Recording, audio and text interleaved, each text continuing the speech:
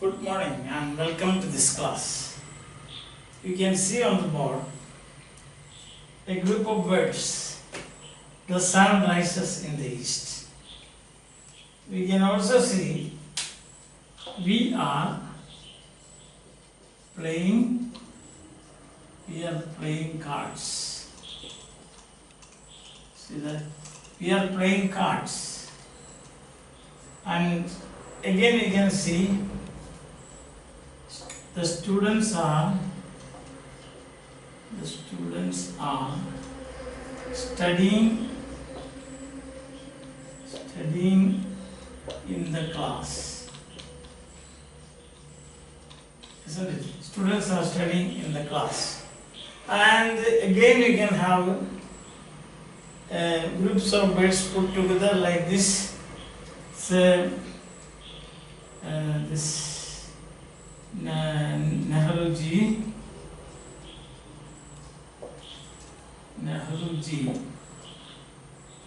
was a great statesman.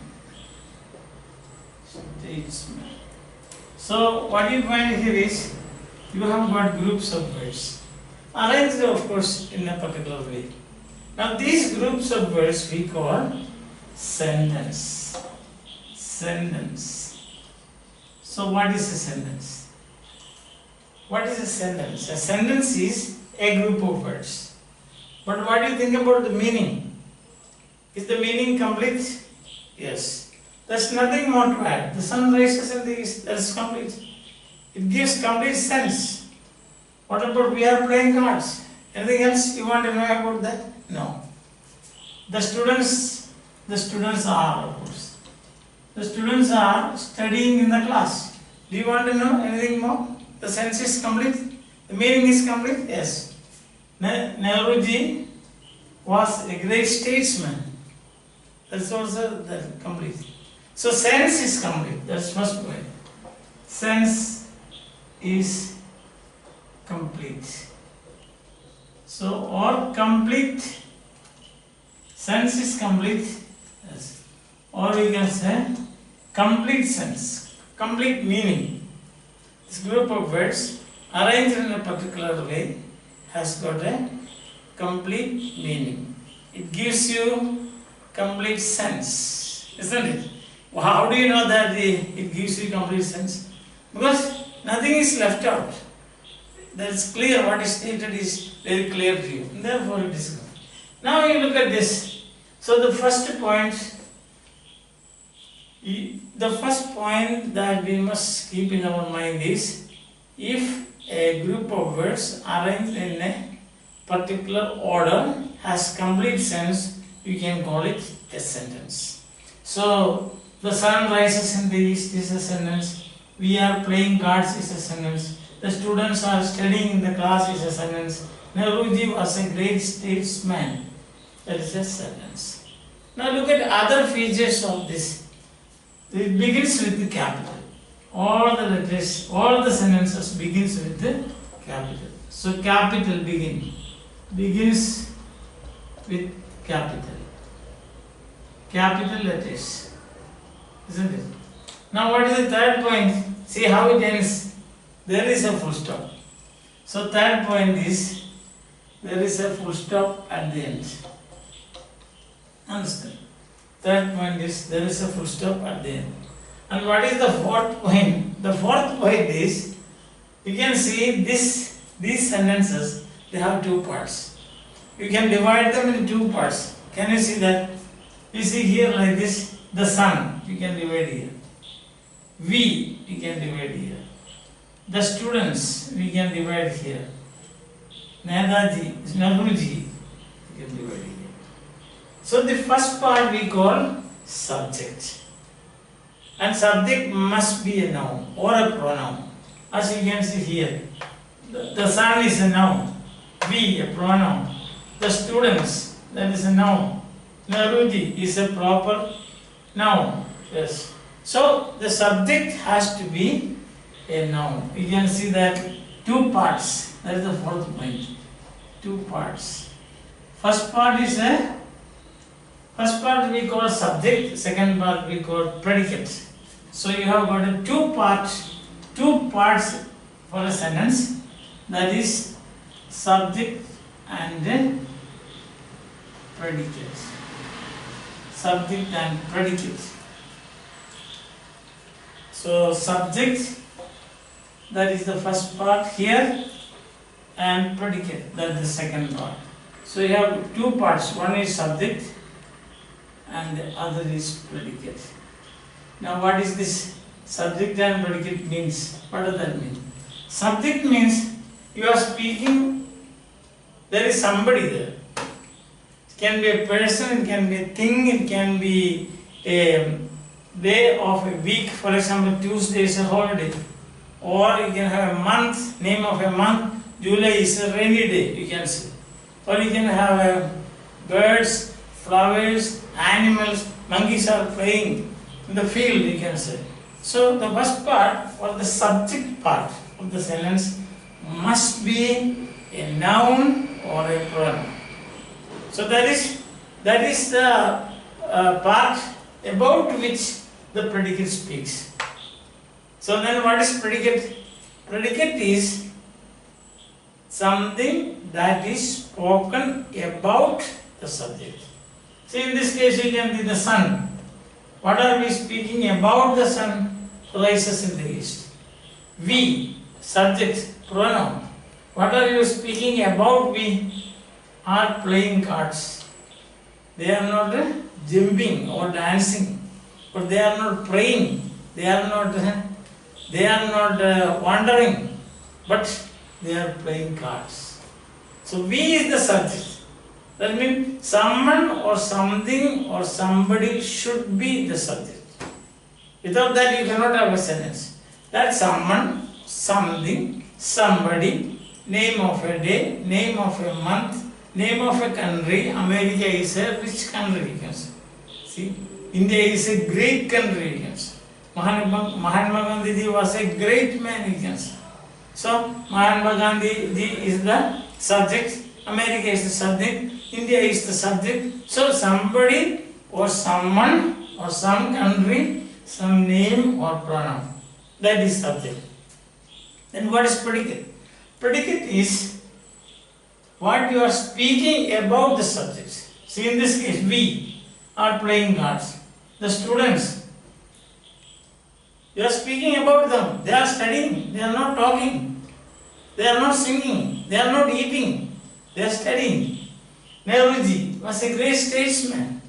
So Nehruji, up to this is subject, and what we are speaking about Nehruji, and that is the predicate. So that is the fourth point. Then what is the fifth point? The fifth point is that this sentence you are seeing, the sentence should be independent. Fifth point is that it should be an independent one. Independent means it does not require any help from any other source for completing its sense. So you are an independent person means you can manage everything by yourself. You don't require anybody's help to complete the meaning of this sentence. Understand? You don't require that. That's the thing. Then you have to see that in this Nehruji was a great statesman. Do you want anybody's help to complete this? Now what is meant by saying this, you will see in the next, in just 1 or 2 minutes after this you will see that. So then the sun rises in the east, complete sentence, and it has got two parts, begins with a capital letter, ends with a full stop, isn't it? It is independent, and it has got two parts. The first part is the subject, second part is the predicate. Predicate means what you speak about the subject. Subject should be someone or somebody or something or the name of a person or a name of a month, name of a day, name of a flower, flowers all together, or trees, monkeys, animals, anything. That should be somebody or something and that is the subject, isn't it? Now you can see sometimes what happens is you don't find groups of words expressing complete sense.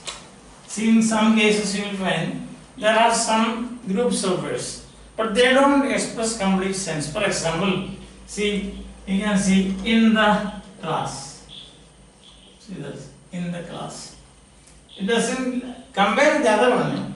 They are studying in the class. It has got the complete meaning. But you say in the class. On the tree. On the tree. See that? On the tree. Or you can say playing in the field. Playing in the field. In the field. Playing in the field. See? These are also groups of words. But they don't express complete sense. And therefore, what do you call them? They are called phrases. Phrases. So, what is a phrase? A phrase is a group of words, but they express some meaning, some sense, but not complete sense. You know what is meant by complete sense when you compare a sentence with a phrase. Look at that. Isn't it? Having been gone out, there is a phrase. It is not a sentence. Or you see that in the class, it is not a sentence, it is a phrase, group of words. Not a single word. If you say class, it is a word. It's a word. But if you have got group of words and they have some sense, then you call them phrases. Phrases. Understand that? Yes, you see, for example, you say like this, in the class, students sitting in the class. Students sitting in the class. So what is the problem there? The problem is there is no verb. Students sitting in the sitting is not a verb. There is no finite verb there. Understand? So that is another point that you should note in a sentence. A sentence should have a finite verb. A sentence should have a verb that expresses an action or a state of being. We say now, ice is cold. Ice is cold. So, ice is cold. That is, we are saying, we are stating a particular state, isn't it? Water is hot. In that case, there is no action there. Water is not acting. So, water is hot. That is a state of being. Understand? We are sad. That is a state of being. We don't cry like that. We are sad. By looking at your face, we can see, and therefore that is a state of being. So, that's also very important. A sentence to express complete meaning must have a verb. But these phrases, they don't have a verb. And therefore we call them groups of words with a partial sense, we can say, or not complete sense, we can say, or we can say groups of words that can form part of a sentence. These groups of words can form part of a sentence, no? Studying, they are studying in the class. So in the class is a phrase, but it can become part of a sentence. Understand? So groups of words which don't have a complete sense, they don't express a complete sense, they are called phrase. Now look at this. A sentence like this: students are playing in the field. Playing in the field because their teacher is absent. Okay. Now in this case what happens is students are playing in the field. Perfectly alright, that's a sentence. It has got all the features of a sentence. Begins with capital letter. You can, if you want, you can put a full stop here. It has got a subject, students. It has got a predicate, are playing in the field. It has got a full verb, that is are playing. So it has got a finite verb, are playing. So it is perfectly a sentence. And it expresses complete sense. But when you say, because their teacher is absent, Suppose it stands alone like this because there, or put it like this. If this becomes easy for you, just remove this. See this part of the sentence. You are going to remove it. Okay? I have removed. Now, look at this. This is sentence. Because you have got their teacher is the subject, is the verb, is absent is the predicate. So you just got three very important aspects of a sentence. What are they? One, there is a subject, there is a predicate, and there is a verb which expresses full meaning. You can say a complete meaning. So in this case, but at the same time you understand, because the teacher is absent, you yourself will say something is missing. Isn't it? Can you compare this sentence with the we are playing in the field? No, I don't think so. We are playing in the field is complete in itself. But when you say because the teacher is absent, that means something else should come before that. Therefore, the meaning is this sentence depends on. That's what I said. In this case, the sentence is independent. But this sentence is also a sentence. But its meaning is not, it is not independent, means it does not have a complete sense. If it should have a complete sense, what should happen? There should be another sentence that should be running before it. Understand?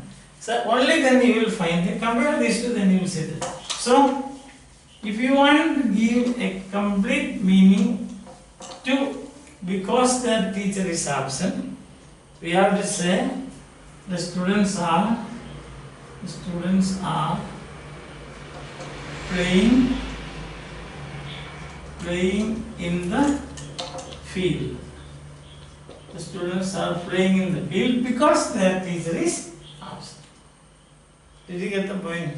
I told you at the beginning, when we started with the sentence, I told you independent meaning. Independent meaning means you must have a full verb, a finite verb. Yes. So the students playing in the field, the students are playing in the field because their teacher is absent. Now the second part of this sentence is also a sentence, but for its meaning it has to depend on this. Such sentences where the sense to be completed, such sentences where the sense to be completed requires the help of another sentence, you call a clause. C-L-A-U-S-E. Clause. So that is the third point that we have noted. Is a clause. So now what is a sentence? What is a phrase? What is a clause? A sentence is a group of words arranged in a particular way with a complete sense. It has a finite verb. The sense is complete in itself. The sense is complete in itself without anybody's help. That is a sentence. We have got a group of words like sitting on the table. You can say cat, the cat sitting on the table. This is not a sentence. The cat sitting on the table. For one thing, the sense is not complete. Secondly, there is no verb. This is not a verb, this is ing form of the verb, not the finite form of the verb. So you can say the cat sitting on the table. Not only that, you can easily understand that the sense is not complete, isn't it? Yes? Yes. Sense is not complete. Like for example, if you say, you can make it a sentence, the cat is sitting on the table. So then it becomes a sentence. See, compare this to, then you can understand. The cat sitting on the table. The cat is sitting on the table. Means the sentence is complete. So this is sentence. This is a phrase. Now let us develop this. The cat is sitting on the table because it has no other place to go. Look at this. Now you can see this. The cat is sitting on the table is, that is sentence. The cat sitting on the table is a phrase. The cat is sitting on the table because it has no other place to go. Because it has no other place to go is also a sentence. But for a complete sense, to get a complete sense from this because, the part beginning with because, you require the help of the cat is sitting on the table. Therefore, a sentence that requires the help of another sentence to express complete sense is called a clause. I think all the three terms are now clear to you.